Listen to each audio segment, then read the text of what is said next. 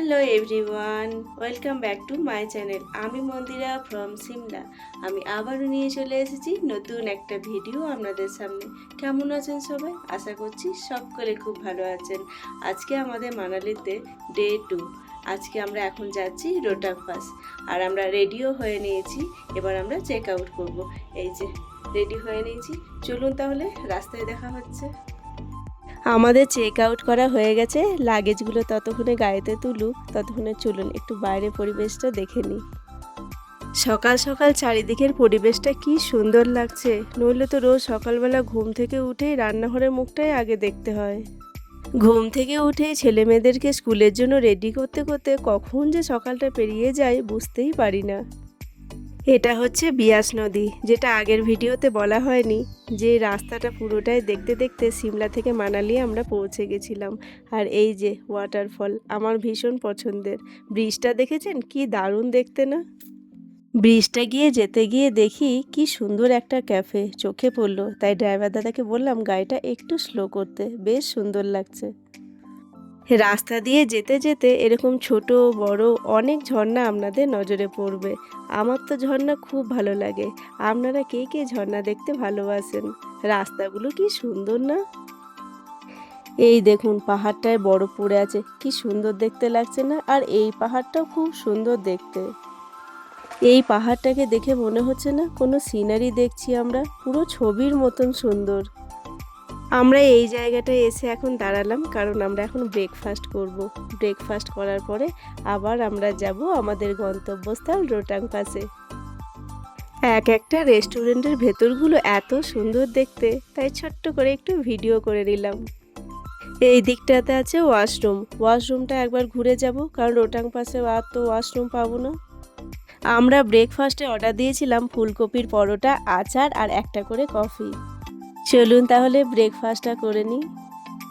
এইসব সাইডে যতগুলোই পরোটা খেলাম, যেমন আলুর পরোটা, ফুলকপির পরোটা, পনির পরোটা, প্রত্যেকটারই টেস্ট আমার দারুণ লেগেছে।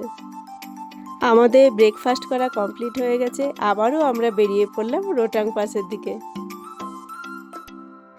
এই যে রাস্তার দু সাইডে গাছগুলো দেখছেন, এই গাছগুলোর মধ্যে দেশলাইয়ের কাঠি বানানো হয়, সেই গাছও রয়েছে। গাছটার নাম হচ্ছে শাটবান। সিমলা থেকে যখন মানালি আসছিলাম, রাস্তার দু সাইডে প্রচুর ফলের গাছ দেখলাম। আম, লিচু, আপেল, বেদানা, পিচ, তার মধ্যে দু একটা ফলের গাছ আপনাদের সঙ্গে শেয়ারও করলাম।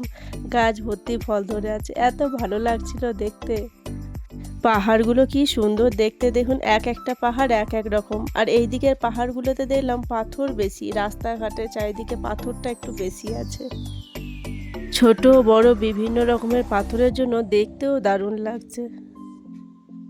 রাস্তায় যেতে যেতে খুব সুন্দর একটা ঝিলও পড়ে, এটা একটা ভিউ পয়েন্ট। আপনারা চাইলে এখানেও দাঁড়িয়ে কিছুক্ষণ সময় কাটাতে পারেন। আমরা যদিও এখানটাতে দাঁড়াইনি,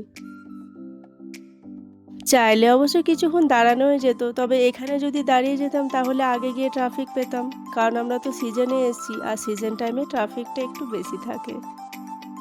মে জুন মাস করে এলে রোহটাং পাসে কেমন বরফ থাকে সেটা তো আপনারা একটু পরেই দেখতে পেয়ে যাবেন, এবং তার থেকেও বেশি বরফ যদি দেখতে চান সেটাও আপনারা কোথায় পাবেন সেটাও আমি বলে দেবো পরের ভিডিওতে। রাস্তার ওপরে কি সুন্দর মন্দিরটা দেখতে না? আপনারা গরমকালে আসতে চাইলে মে মাসে বা জুনের প্রথম উইকের মধ্যেই আসার চেষ্টা করবেন। এর চেয়ে বেশি দেরি করবেন না, নইলে পাহাড়ে ধস নামার একটা ভয় থেকেই যায়। আর বর্ষাকালে পাহাড়টাকে অ্যাভয়েড করাই ভালো। ঝিলটা কি সুন্দর লাগছিল, জলের কালারটা দেখলেন একদম ডার্ক ব্লু। পাহাড়ের ওপরে যে এঁকে বেঁকে রাস্তাটা দেখা যাচ্ছে, এই রাস্তাটা দিয়েই আমরা এলাম। আর বরফের দেখাও পেয়ে গেছি। আর বেশিক্ষণের রাস্তা নেই, আর কিছুটা রাস্তা আছে। এইখানে দেখুন প্যারাগ্লাইডিংও হচ্ছে। রাস্তা দিয়ে যেতে যেতে এবার একটু একটু করে বরফই দেখতে পাবো। শুরু হয়ে গেছে বরফেরই রাস্তা, চারিদিকেই দেখুন একটু একটু করে বরফের দেখা পাওয়া যাচ্ছে। এবার শুরু হয়ে যাচ্ছে রোহটাং পাসের ফেমাস বরফের রাস্তা, যে রাস্তাটা আমরা প্রত্যেকটা ভিডিওতেই দেখতে পাই। এই হচ্ছে সেই রাস্তা। বরফের হাইটটা একবার দেখেছেন কতটা উঁচু? এখন তো সবে শুরু হলো রোহটাং পাসের রাস্তা, আমাদেরকে এখনো অনেকটা যেতে হবে। আমরা যাব হচ্ছে রোহটাং পাসের জিরো পয়েন্টে। আমরাও এখানে বলা বলি করছি তাই যে ভিডিওতে যেরকম বরফের রাস্তা দেখতে পাই ঠিক সেই রকমই রাস্তা আমরাও দেখলাম। রাস্তা দু সাইডে একটু একটু করে এদিক ওদিক আপনারা বরফ দেখতে পাবেন। আর এখানে দেখুন বরফের অ্যাক্টিভিটি করার জন্য এই যে গাড়িগুলো রয়েছে। এই জায়গাটা দেখতে পাচ্ছেন, এখানে বিয়াস ঋষি তপস্যা করেছিলেন। উইন্টারের পরে যখন রোটাং পাসটা প্রথম খোলে তখন এই রাস্তা দু সাইডে প্রচুর পরিমাণে বরফ থাকে, আর বরফ থাকে পুরো সাদা ধপধপে। তবে এখন তো অনেক ট্যুরিস্ট এসে গেছে, বরফ নিয়ে খেলাধুলা হচ্ছে, তাই বরফটা একটু কালো কালো হয়ে গেছে। বরফগুলো একটু কালো কালো হয়ে গেছে ঠিকই, কিন্তু বরফ রয়েছে প্রচুর পরিমাণে। আপনারা এলে প্রচুর পরিমাণে বরফ দেখতে পাবেন রোটাং পাসে। রাস্তার দু সাইডে বরফগুলো দেখে মনে হচ্ছে না যে বরফের দেওয়াল বানানো হয়েছে। এই রাস্তার দু সাইডেও কিন্তু অনেকে নেমে বরফ নিয়ে খেলা করছে। এইদিকে এর কাণ্ড দেখুন, রাস্তার দু সাইডে এতক্ষণ বরফ দেখতে দেখতে আস্তে আস্তে আর নিজেকে কন্ট্রোল করতে পারলো না, শেষমেশ একটু নেমেই গেল। নামতে ইচ্ছে অবশ্য আমারও করছিল, তবে এখানে নেমে গেলে আবার জ্যাম লেগে যেত। ঠিক আছে, এতক্ষণ অপেক্ষা করলাম, আর একটু না হয় অপেক্ষা করেই নিচ্ছি। এই যে আমরা ঢুকেও গেছি রোটাং পাসে।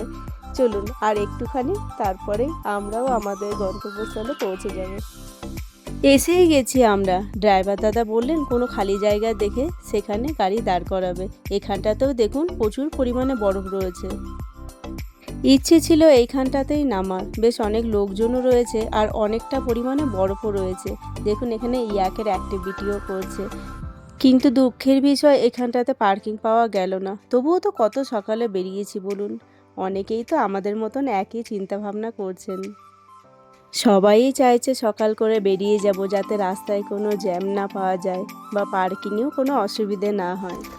এইখানটায় আমরা পার্কিং পেয়ে গেছি। নেমেই পাহাড়টা কি দারুণ দেখতে লাগছে না, পুরো বরফে ঢাকা।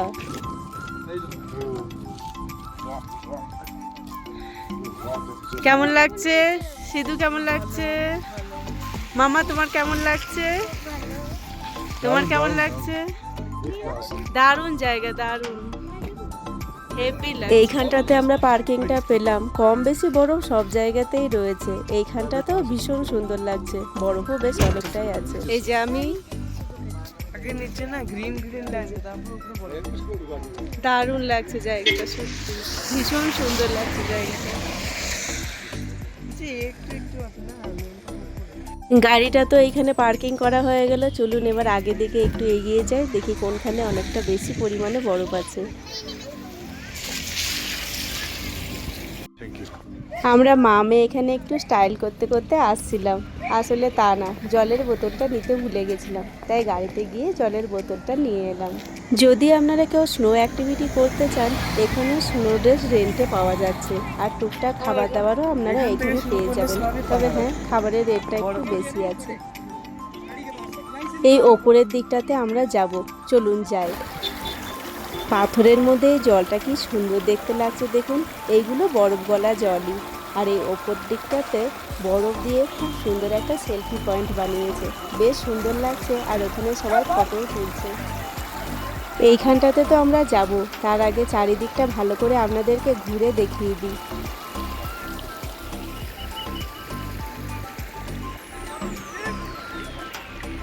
এটা হচ্ছে জিরো পয়েন্টের ভিউ, দারুণ সুন্দর ভিউ।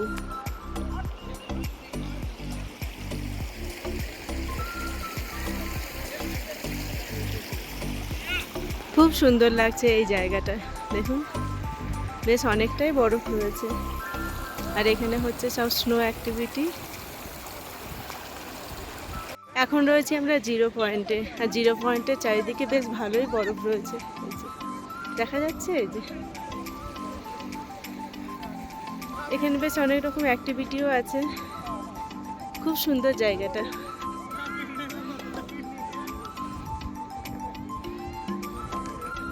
নিচে থেকে ওপরে উঠে আস্তে আস্তে আমরা একটু হাঁপিয়েও গেছি, তাই ভাবলাম আগে একটু দাঁড়াই, চারিদিকের ভিউটা ভালো করে দেখি, তারপরে না হয় বরফ নিয়ে খেলাধুলো করব। এইখানটায় দাঁড়িয়ে দাঁড়িয়ে চারিদিকের ভিউটা দেখতে এত অপূর্ব সুন্দর লাগছিল। আর হাওয়া ছিল ভালো পরিমাণে, ঠান্ডা খুব একটা ছিল না, তবে হাওয়াটা ছিল। আর এই যে দূর থেকে দেখাচ্ছিলাম না যে বরফ দিয়ে একটা সেলফি পয়েন্ট বানিয়েছে, এই হচ্ছে সেই সেলফি পয়েন্টটা। বেশ সুন্দর লাগছে, বাচ্চারাও বেশ খুশি হচ্ছে, এখানে দাঁড়িয়ে ফটো তুলছে। আর এখানে চেয়ার টেবিল পাতা আছে, আপনারা চাইলে বরফ দেখতে দেখতে টুকটাক খাওয়া দাওয়া আর ভিউ এনজয় করতে পারবেন। একটু ওপরের দিকে যাই, দেখি একটু এখানটায় কিছুটা সময় কাটাবো। ওপরের দিকে উঠতে উঠতে হাঁপিয়েও যাচ্ছি। আর এই জায়গাটাকে দেখুন, পুরো ধোঁয়া ধোঁয়া আর সাদা কালোর মধ্যে এত অপূর্ব সুন্দর দেখতে লাগছে জায়গাটাকে। আর এখানে দেখুন বাবা ছেলে মেয়ের বরফ নিয়ে খেলা শুরু হয়ে গেছে। ঠিক এই আনন্দটার জন্যই তো এত দূরে আসা। ছেলেমেয়েরা সারাদিন স্কুলে পড়াশোনার চাপে যদি কোনো ছুটিতে টুকটাক এদিক ওদিক ঘুরতে যেতে পায়, একটু আনন্দ করতে পায়, তাহলে বাচ্চাদের মনও খুব খুশি হয়, তাদেরও পড়াতে মনটা একটু লাগে। আপনারা যারা ভাবছেন যে জুন মাসে মানালিতে গেলে রোটাং পাসে আমরা কেমন বরফ দেখতে পাবো, সেটা তো আমি আপনাদেরকে দেখিয়ে দিলাম। জুন মাসের প্রথম উইকে এলে আপনারা ঠিক এরকম বরফ দেখতে পাবেন। আর এত পরিমাণে হাওয়া চলছিল, যা কথা বলছি তা কিছুই আপনারা শুনতে পেতেন না, সেই কারণেই আমি ভয়েস ওভার দিলাম। আর আপনারা চেষ্টা করবেন মে মাসে কিংবা জুন মাসের প্রথম উইকেরই আসার, নইলে বৃষ্টি শুরু হয়ে গেলে পাহাড়ে ধস নামার ভয় থাকে। তো বর্ষাকালে পাহাড়টাকে অ্যাভয়েড করাই ভালো। ধস নেমে তো রাস্তা ব্লক হওয়ার ভয় থাকেই, আর বৃষ্টির মধ্যে কিন্তু ঘুরতেও একদম ভালো লাগে না।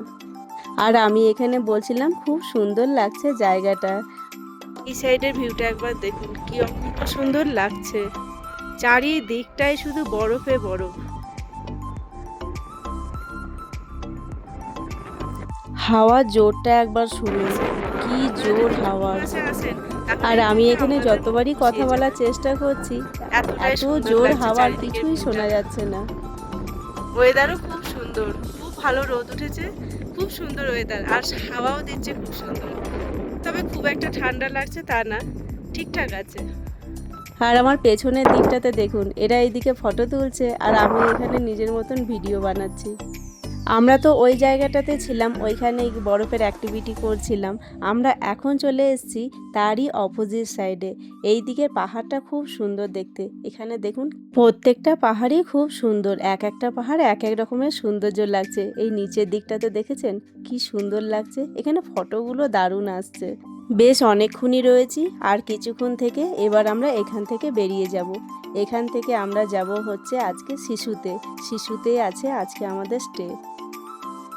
বেরিয়েও পড়েছি আমরা রোটাং পাস থেকে শিশুর পথে। তবে শিশুতে যাওয়ার আগে আমরা দুপুরের লাঞ্চটা সেরে নেব। আর সেটা কোথায় চলুন দেখাই। ওয়াটারফলটা দেখতে পাচ্ছেন, কি দারুণ দেখতে লাগছে না? হ্যাঁ, এখানেই সামনে একটা রেস্টুরেন্ট আছে। আর এই ওয়াটারফলের ভিউ দেখতে দেখতে আমরা দুপুরের লাঞ্চটা সেরে ফেলবো। আর নেক্সট ভিডিওটা আমরা এখান থেকেই শুরু করব। ভিডিওটাও তাহলে এখানেই শেষ করলাম। আমার আজকের ভিডিও আপনাদের কেমন লাগলো অবশ্যই কমেন্ট করে জানাবেন। ভালো লাগলে লাইক, শেয়ার, সাবস্ক্রাইব করে দেবেন। দেখা হচ্ছে পরের একটা ভিডিওতে, ততক্ষণের জন্য সবাই ভালো থাকবেন।